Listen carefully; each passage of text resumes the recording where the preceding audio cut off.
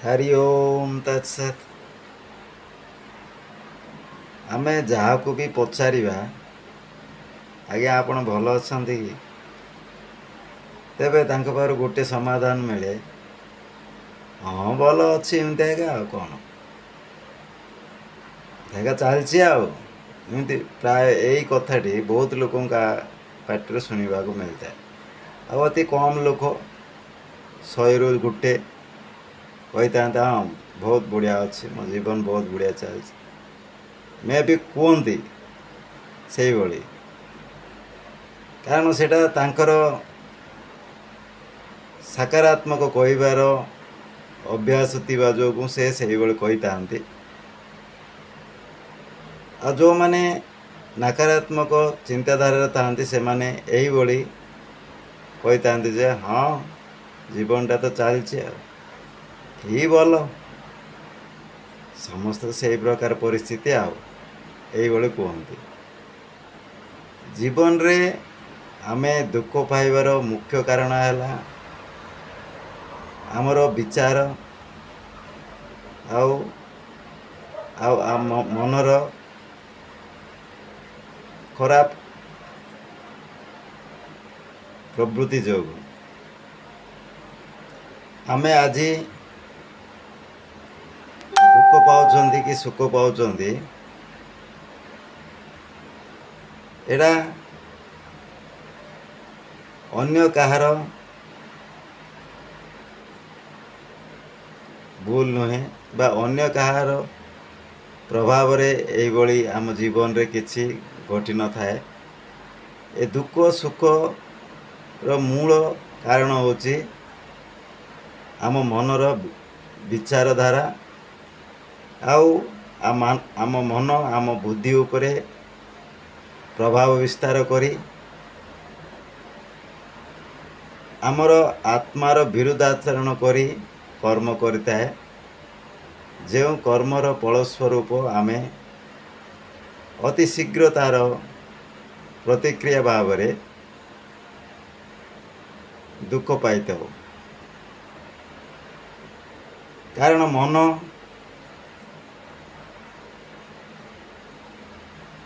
अधिकांश समय नकारात्मक आड़ को ही आकर्षित होता है।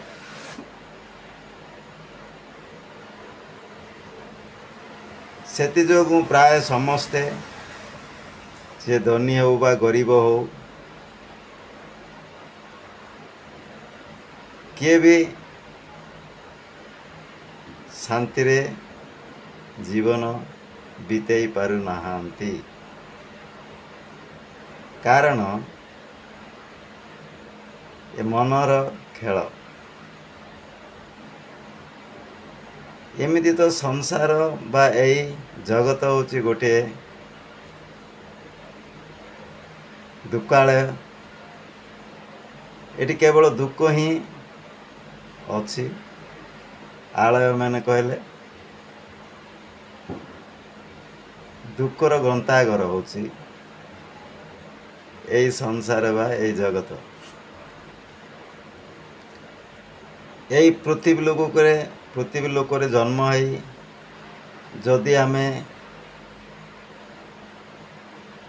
सुखर आशा करिबा तेबे ता भूल हब। यही पृथ्वी पृष्ठरे आमको जदि स्वास्थ्य रहिबार अछि एवं मनटा को स्वास्थ्य रखा पड़ो मनटा को जदि स्थिर रखा पड़ो मनटा को जदि सुस्थ रखा पड़ो तेबे आमे कौन करिवार अछि। आमे आरोग्य रहिबा पई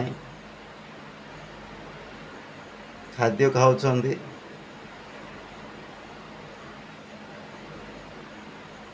किंतु आम शरीर आरोग्य लाभ करि पारु नाही। जे जेते प्रकार ଯତ୍ନ ନେଲେ ମଧ୍ୟ ଏହି ଶରୀରଟାକୁ ରକ୍ଷା କରିପାରୁନାହାନ୍ତି। ଏ ଶରୀର ତ ଏହିପରି ବିନାଶକାରୀ। ଦିନେ ନା ଦିନ ଏ ଶରୀର ନଷ୍ଟ ହେବ। ଏ ଶରୀରରୁ ଯେତେବେଳେ ଏ ଚୈତନ୍ୟ ଶକ୍ତି ବାହାରିଯିବ, ତେବେ ଏ ଶରୀରଟା ଶବ ହୋଇ ପଡ଼ି ରହିବ। ତେଣୁ ଆମେ ଚିନ୍ତା କରିବାର ଅଛି ଯେ ଆମେ ସୁସ୍ଥ କିପରି ରହିବା। ସୁସ୍ଥ ରହିବାକୁ ହେଲେ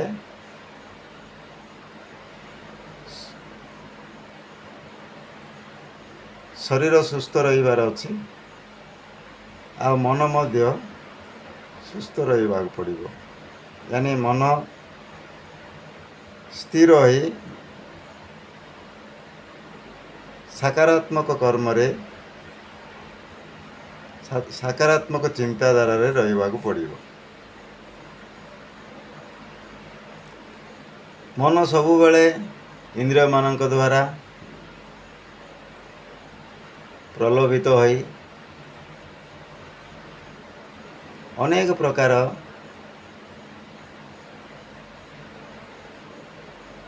ନକାରାତ୍ମକ କୁକର୍ମ ଗୁଡ଼ାକ କରି ଚାଲିଥାଏ, ଯେଉଁଟା ସେ ମନର ଲକ୍ଷଣ ନୁହେଁ, ସେ ମନର ବିରୋଧୀ କର୍ମ। କିନ୍ତୁ ମନ ଯେହେତୁ ଇନ୍ଦ୍ରିୟମାନଙ୍କ ପାଖରେ ହାରିଯାଇଛି, ଇନ୍ଦ୍ରିୟମାନେ ମନକୁ ଦବେଇ ଦେଇଛନ୍ତି ବା ମନ ଉପରେ ପ୍ରଭାବ ବିସ୍ତାର କରିଦେଇଛନ୍ତି। ତେଣୁ ଇନ୍ଦ୍ରିୟମାନଙ୍କର ଇଚ୍ଛା ଅନୁସାରେ ମନ କର୍ମ କରିଥାଏ। ଆଉ ମଣିଷର ଇନ୍ଦ୍ରିୟ ଗୁଡ଼ାକ ସବୁବେଳେ ଖରାପ ହିଁ କରନ୍ତି, କାରଣ ସେ ଇନ୍ଦ୍ରିୟ ଗୁଡ଼ାକ ସବୁବେଳେ ବିଷୟ ବିକାର ପ୍ରତି ଆକର୍ଷିତ ହେଇଥାନ୍ତି। ସେଇ ବିଷୟ ବିକାର, ସେ ବିଷୟ ଗୁଡ଼ାକ କେବେ ହେଲେ ମଧ୍ୟ ସମ୍ପୂର୍ଣ୍ଣ ହେଇପାରେ ନାହିଁ। ତେଣୁ ମନ ସବୁବେଳେ ଅଶାନ୍ତି ହିଁ ରହିଥାଏ। ଇନ୍ଦ୍ରିୟମାନେ ସବୁବେଳେ ଆସକ୍ତ ହୁଅନ୍ତି କାମନା ଦ୍ୱାରା। ସେ କାମନା ପରିପୂର୍ଣ୍ଣ ନହେଲେ କ୍ରୋଧ ସୃଷ୍ଟି ହେବ। କ୍ରୋଧ ସୃଷ୍ଟି ହେଲେ ମଣିଷର ବୁଦ୍ଧି ମୂଢ଼ ବୁଦ୍ଧି ହେଇଯାଏ, ଯାହାଫଳରେ ସେଇ ବୁଦ୍ଧିର ବିନାଶ ଘଟେ, ଆଉ ମଣିଷର ପତନ ହୋଇଥାଏ। ହେଲେ ଏଠି ଆମକୁ ଗୋଟିଏ ଜିନିଷ ପ୍ରତି ନଜର ଦେବାକୁ ପଡ଼ିବ। ଯଦି ଆମେ ସୁସ୍ଥ ରହିବାର ଅଛି, ତେବେ ଏଇ ମନକୁ ହିଁ ସ୍ଥିର କରିବାକୁ ପଡ଼ିବ। ଆଉ ଏ ମନକୁ ସ୍ଥିର କରିବାର ଉପାୟ କ'ଣ? ହେଲେ ଆମେ ଯେଉଁ ମେଡ଼ିସିନ୍ ଖାଉଛନ୍ତି, ଯେଉଁ ଭଲ ଭଲ ଜିନିଷ ଶରୀର ପାଇଁ ଖାଉଛନ୍ତି, ତା ଦ୍ୱାରା କ'ଣ ପାଇଁ ତା'ର ପ୍ରଭାବ ଆମ ଶରୀର ଉପରେ ଭଲ ହେଇପାରୁନାହିଁ? କାରଣ ଯେତେ ପ୍ରକାର ଔଷଧ ଖାଇଲେ ବା କେତେ ପ୍ରକାର ଭଲ ଖାଦ୍ୟ ଖାଇଲେ ମଧ୍ୟ ମନ ଯଦି ସ୍ଥିର ନାହିଁ, ମନ ଯଦି ସୁସ୍ଥ ନାହିଁ, ମନ ଯଦି ଦୁର୍ବଳ ଅଛି, ତେବେ ଏଇ ଖାଦ୍ୟ ଆଉ ଏଇ ଔଷଧପତ୍ର କିଛି ଆମ ଶରୀରରେ କାମ କରିବ ନାହିଁ। ଏଠି ଗୋଟେ ଜିନିଷ ଆମେ କ୍ଲିଅର୍ ହେଇଗଲେ ଯେ କୌଣସି ଔଷଧ ବା କୌଣସି ଖାଦ୍ୟ ଦ୍ୱାରା ଆମେ ମନକୁ ସୁସ୍ଥ କରିପାରିବା ନାହିଁ। ହେଲେ ଏଠି ଆପଣମାନଙ୍କୁ ଗୋଟେ ଚିନ୍ତା ଆସୁଥିବ, ଯେ ଗୋଟିଏ ପ୍ରଶ୍ନ ହେଉଥିବ, ଯଦି ଖାଦ୍ୟ ଏବଂ ଔଷଧ ଦ୍ୱାରା ମନର ପରିବର୍ତ୍ତନ ହେବନି, ତେବେ କ'ଣ ଯୋଗ ପ୍ରାଣାୟାମ ଦ୍ୱାରା ମନଟାକୁ ସ୍ଥିର କରାଯାଇପାରିବ କି? ହଁ, କିଛି ମାତ୍ରାରେ ଯୋଗ ଏବଂ ପ୍ରାଣାୟାମ ଦ୍ୱାରା ଆମେ ବିଭିନ୍ନ ଆସନ ଆଉ ପ୍ରାଣାୟାମ, ପ୍ରାଣର ଆୟାମ, यानी ଆମର ଆୟୁ ବଢ଼ିବା ପାଇଁ ଯେଉଁ କାର୍ଯ୍ୟ କରାଯାଏ ତାହାକୁ କୁହାଯାଏ ପ୍ରାଣାୟାମ। ସେହି ପ୍ରାଣାୟାମ କରିବା ଦ୍ୱାରା, କିଛି ପ୍ରାଣାୟାମ କରିବା ଦ୍ୱାରା ଆମର ମନ କିଞ୍ଚିତ ମାତ୍ରାରେ ସ୍ଥିର ହୋଇପାରିଥାଏ। किंतु सेटा स्थायी नुहे। प्राणायाम द्वारा मध्य मन स्थिर होता है सत, किंतु स्थायी रूप से हो पारे ना। हेले शेष आम चिंता करिबा, जदि औषध द्वारा नुहे कि खाद्य द्वारा नुहे कि कौन सी व्यायाम प्राणायाम आसन द्वारा मध्य जदि मनटा को संपूर्ण रूपे आम सुस्थ करिपारिबा नाही, तेबे आमे आउ कौन एमती उपाय अच्छी जहाँद्वारा आम ये मनटा को स्थिर करिपारिबा बा आमे ए मनटा को निज अधीन रखिपारिबा बा मनटा को आम इच्छा अनुसार व्यवहार करिपारिबा। आपण माने चिंता करुथबे कौन हो पारे। अति सहज कथा, आमे चाहिले समस्ते करिपारिबा, किंतु आमे करिपारिबा नाही मध्य। करिपारिबा किंतु जेहेतु आमर चेष्टा नाही से प्रति, तेणु आमे करिपारिबा नाही। मनटा को निज आयत्तर रखिबार, मनटा को स्थिर करिबार, जीवन रे सफल होगापी सुस्थ रही गोटे ही मंत्र, जहाँकि आमर शास्त्र वेद वेदांतर मध्य यह वर्णित जे कली जुगरे भगवान को प्राप्ति करिबा तो गोटे सरल उपाय होची केवल नाम जप करिबा। से परमपिता परमात्मांकर अनेक नाम, से नाम भितर गोटे नाम को आमे इष्ट बोली ग्रहण करचंती। से इष्टंकर नामटा को आमे निरंतर जप करिबा द्वारा सबुठारो अति उपयोगी समय होची एई नाम जप करिया पाए। अति मूल्यवान समय होची एई नाम जप करिया पाए ब्रह्म मुहूर्त, जोटा कि सूर्य उदय हबार 2 घंटा पूर्वर आमे शज्या आमर शयन शज्या त्याग करी उठी जिबा एवं निजर नित्यकर्म अति शीघ्र समाप्त करी जदि आमे आपणकर इष्ट नाम जपिबा आरंभ करदबा, तेबे निश्चित भाव आपण माने आपणक जीवन रे बहुत किछि परिवर्तन घटिबो। एटा प्रैक्टिकल न कले आपण मानकर विश्वास होबनी। जी करछि से पाइछि। केवल ब्रह्म मुहूर्त रे उठिबार अभ्यास करंतु एवं ब्रह्म मुहूर्त भितर से प्रभु को नाम को किछि माला आकार रे, जोटा माला माने 108 थर कले गोटे माला होची, सेही भली माला गोटे जपिबार आरंभ करंतु किंबा कौन सी गुरुंकोटारे, गुरु माने कौन सी माने गुरु नहीं, जी सिद्ध प्राप्ति गुरु, जी से प्रभु को साक्षात्कार करछंती एवं मनटा को इंद्रिय को विजय करि पारछंती, जहाँ को इंद्रजीत बोली कह जाए। इंद्र को जी जीति पारछि सेही बेले गुरुंकोटारो आमे दीक्षा नहीं सेही मंत्र को मध्य आमे नित्य जपी पारिबा। सेही मंत्र को नहीं आमे ध्यान कीर्तन ध्यान करि पारिबा। तेबे जाइकिरी आमर एई मनटाकू संपूर्ण रूपे स्थिर करिपारिबा आ मनटाकू निज आयत्ତରେ रखिपारिबा। मु कहबार अर्थ केवल भगवान ही शक्ति अच्छी, भगवान नाम रे ही से शक्ति अच्छी, जो नामर शक्ति द्वारा आमर मन जब भी खराब कर्म करने चिंता करुच्ची से समय जदि आमे से प्रभुंकर नामटा को नित्य जपिबा तेबे आपण एटा करी देखंतु। जो समय आपण को क्रोध आसुची, जो समय आपण को कौन सी कर्म भूल कर्म करने गला बेले आपणकर आत्मा आपण को निर्देश दौची, से ही समय जदि आपण से प्रभुंकर नाम स्मरण करेंगे, प्रभुंकर नाम जपिबे, तेबे निश्चित भाव में आपण से विपदर से संकटर मुक्त पाइपारे। आउ निजर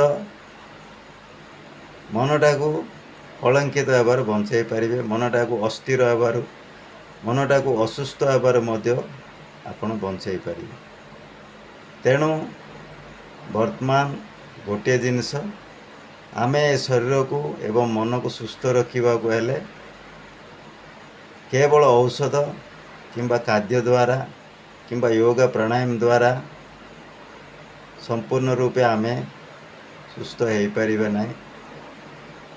ता सहित जदि यही सबू करने सहित जदि आमे प्रतिनित्य जेते बेले भी आमको समय मिले निजर सांसारिक कर्म करने सहित जदि भगवान को नाम स्मरण करिबा, नाम जपिबा आरंभ करिबा, प्रति श्वास रे आमे अभ्यास करिबा जे भगवान को नाम स्मरण करिया आउ वैराग्य जात करिबार अछि।